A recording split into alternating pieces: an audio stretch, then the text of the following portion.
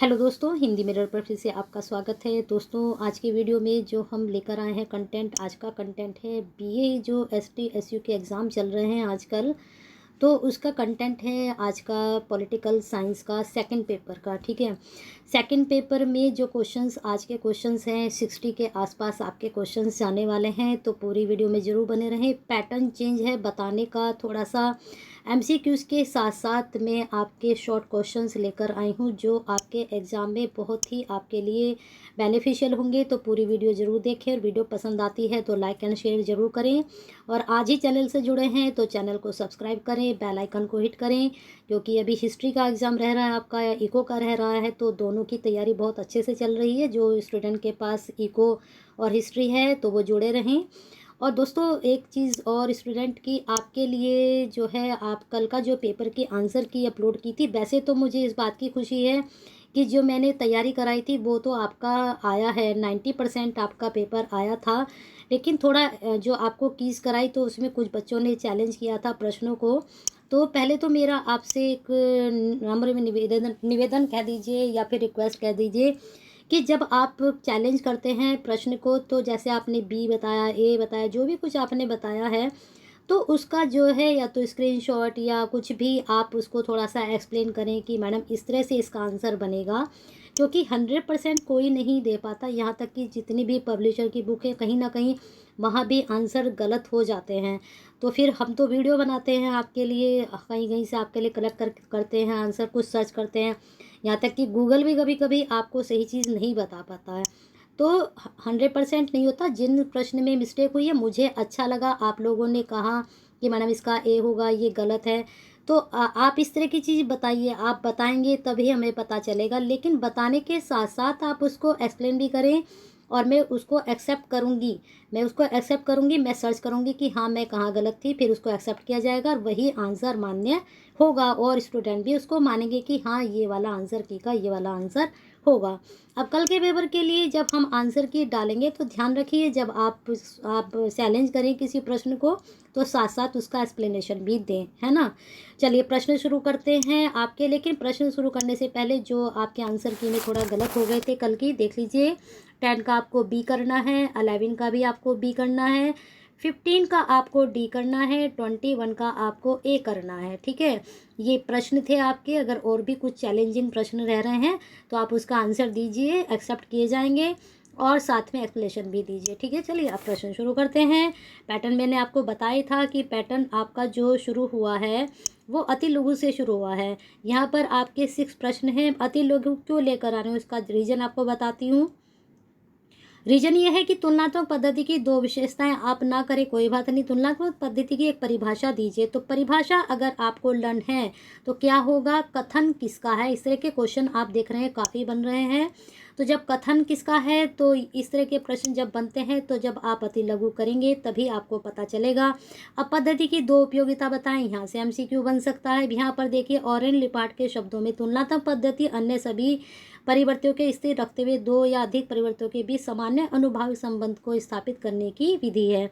तो अगर आपको ये याद है तभी तो आप एमसीक्यू में इसको कर पाओगे। तो इसलिए लघु प्रश्न जरूर करके जाइए एमसीक्यू के साथ साथ। ठीक है, पैटर्न अच्छा लेकर आई हूँ, 100% पैटर्न लेकर आई हूँ, लेकिन 90+ आपको लाने हैं तैयारी करके, है ना। चलिए करते हैं आपके इनको या तो आप पोस्ट करके देखें वीडियो को या फिर इनका स्क्रीनशॉट ले लीजिए, तब इसको तैयारी कर लीजिए। अब आते हैं हम आपके एमसीक्यू पर। एमसीक्यू में आपका पहला प्रश्न है, यह कथन किसका। देखिए बन गया इस तरह का प्रश्न। जब तक बड़े स्तर पर कुछ ऐसी अवधारणाओं का निर्माण न हो जिसके सामने अधिक से अधिक तुलनात्मक जानकारी हो, तब तक राजनीति में तुलनात्मक संभव नहीं है। तो बताना है, तो इसका आंसर देखते हैं क्या जाता है। इसका आंसर आपका जाएगा सरहोरी, है ना। अब यह परिभाषा किसने दी, तुलनात्मक पद्धति वैज्ञानिक पद्धति से भिन्न नहीं हो सकती है, यह भी आपकी परिभाषा है। तो इसका आंसर जाएगा लॉसवेल ने दी है। चलिए अगले प्रश्न पे चलते हैं। नेक्स्ट क्वेश्चन है, कौन सी समस्या तुलनात्मक राजनीति की समस्या नहीं है। तो देखते हैं यहाँ पर कौन सी समस्या तुलनात्मक पद्धति समस्या तुलनात्मक राजनीतिक समस्या नहीं है। तो तीसरे का आंसर आपका जाएगा डी, धार्मिक मतभेद की समस्या इसकी समस्या नहीं है। परिवर्तियों की समस्या, भाषा और संस्कृति विविधता की समस्या, वैचारिक संरचना की समस्या, ये सब है ना। नेक्स्ट क्वेश्चन देखते हैं, निम्न में से कौन सी तुलनात्मक पद्धति की उपयोगिता है। श्रेष्ठ व्यवस्थाओं का ज्ञान, तुलनात्मक पद्धति सिद्धांत निर्माण में सहायक, सभी देशों के राजनीतिक व्यवस्थाओं का अध्ययन संभव, उपयुक्त सभी। तो इसमें जो तुलनात्मक पद्धति की उपयोगिता है, ये चारों ही उपयोगिता, तीनों उपयोगिता इसमें इसके अंतर्गत आती हैं। इस प्रकार से आपके इस स्लाइड में हो चुके हैं 10 क्वेश्चंस।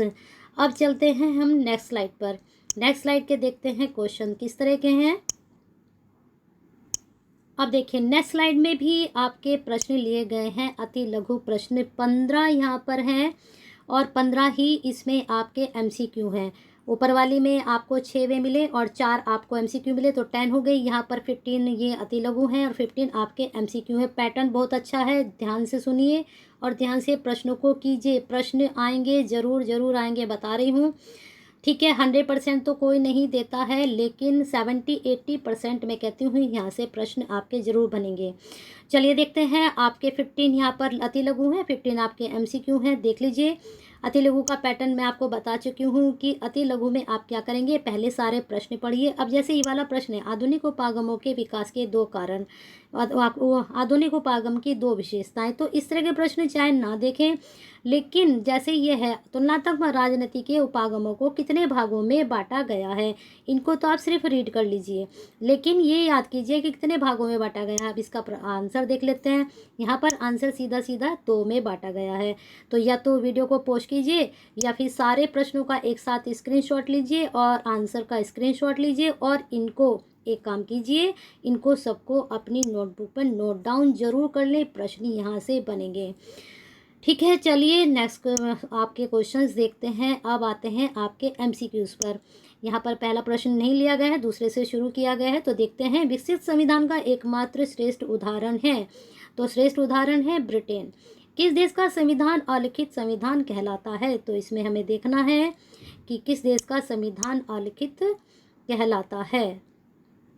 तो देख लीजिए आंसर, इसका तीसरे का आंसर आपका जाएगा डी, ब्रिटेन का। चलिए नेक्स्ट क्वेश्चन देखते हैं। नेक्स्ट क्वेश्चन पर आ गए हम। यह कथन किस लेखक का है कि लिखित और अलिखित संविधानों में केवल मात्रा का अंतर है, प्रकार का नहीं। अब देखिए बन चुका ना कथन से आपका प्रश्न, तो ये है गार्नर का।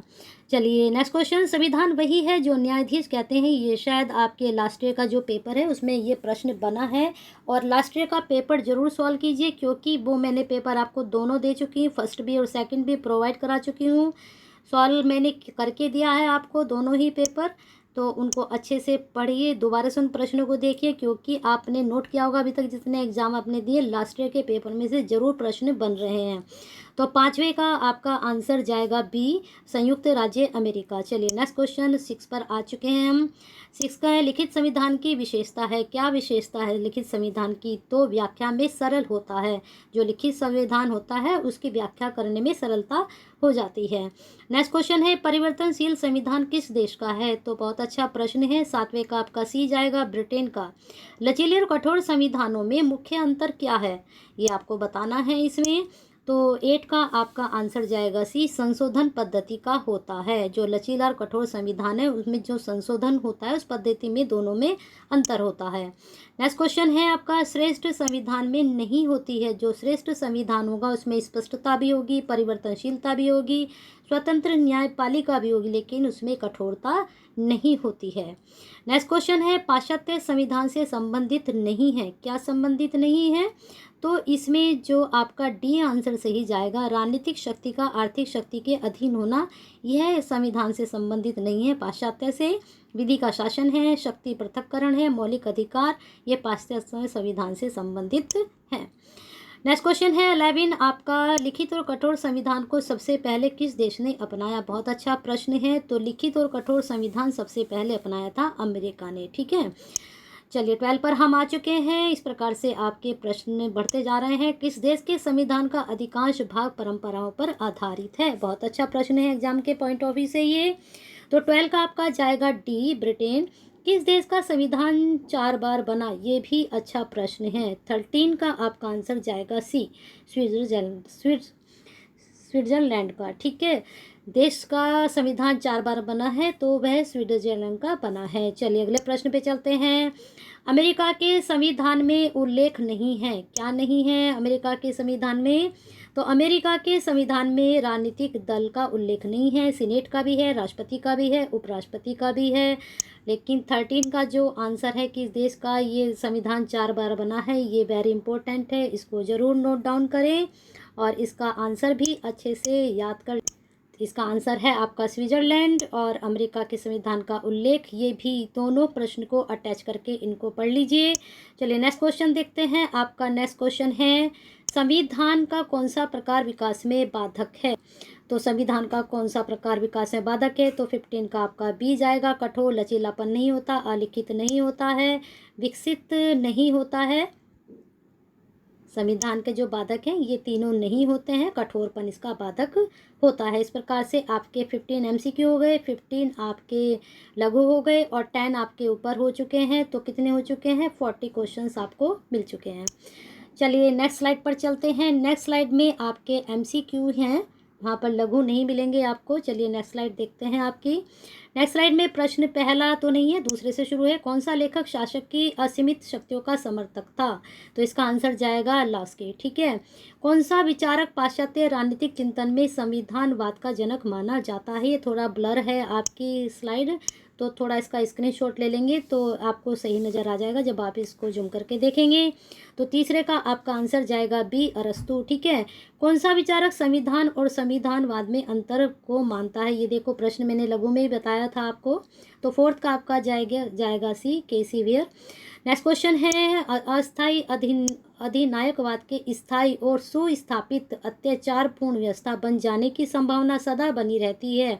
यह कथन किसका है? बहुत अच्छा कथन है एग्जाम के पॉइंट ऑफ व्यू से, तो इसका भी आंसर के.सी. वेयर ही है।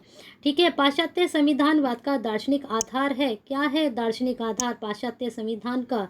तो इनका जो आधार रहा है वह रहा है सामाजिक तथा आर्थिक न्याय। बहुत अच्छा प्रश्न है ये भी। संविधान होता है, अब देखिए यहाँ आप मिस्टेक करेंगे ज़रूर। अब ये होता है कठोर और लचीलापन, वो चीज़ क्या है वो आपको रखना है। और संविधान होता है गतिशील होता है। ठीक है, कठोर और लचीलापन क्या है?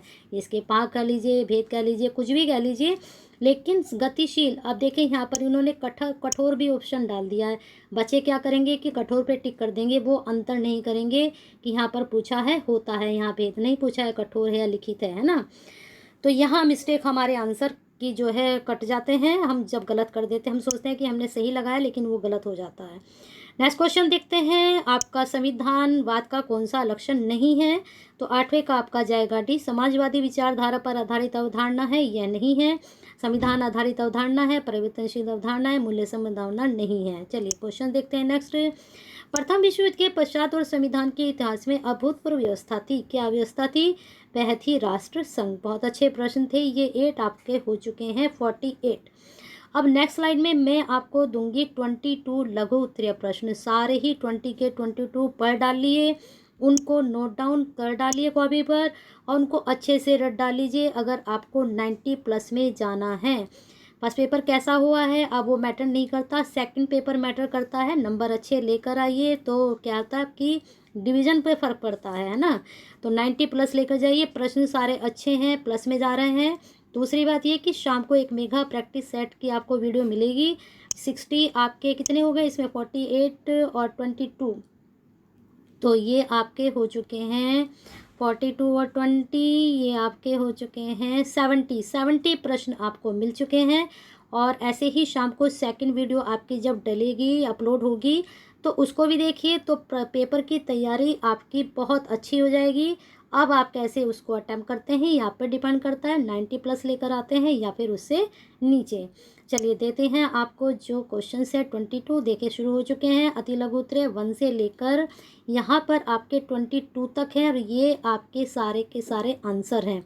इनको चेक कीजिए और इनको अपनी नोटबुक पर नोट डाउन करिए। ठीक है, पढ़ने को मैं भी पढ़ सकती हूँ लेकिन आपका भी टाइम वेस्ट होगा और जो है आपको पढ़ाई का टाइम निकालना है अपने लिए। टाइम को थोड़ा अच्छे से मैनेज करिए टाइम को। तो इसका क्या है, प्रश्न का सारा स्क्रीनशॉट लीजिए और उत्तर का सारे स्क्रीनशॉट लीजिए और इनको अच्छे से पढ़ डालिए। पूरा दिन है आपके पास, अच्छे से तैयारी कीजिए। मेरी विशेष आपके साथ हैं। मिलते हैं शाम को नेक्स्ट वीडियो के साथ। पसंद आई है तो लाइक एंड शेयर ज़रूर करें और अभी तक सब्सक्राइब नहीं किया है तो ज़रूर कर लीजिए, क्योंकि सब्सक्राइब करेंगे, बेल आइकन हिट करेंगे, तभी आपको नई वीडियो के नोटिफिकेशन मिलेंगे। और शेयर इसलिए किया जाता है क्योंकि शेयर इज़ केयरिंग। अगर आप शेयर करते हैं तो क्या होगा, आप जैसे ही बीए के और भी स्टूडेंट हैं उनको भी इस वीडियो का बेनिफिट होगा, उनकी भी तैयारी अच्छे से हो जाएगी, क्योंकि शेयरिंग से ही आपको पता है वीडियो जाती हैं दूसरे स्टूडेंट्स के पास। चलिए, हिंदी मिरर के साथ ऐसे ही बने रहिए और लाइक एंड शेयर करते रहिए।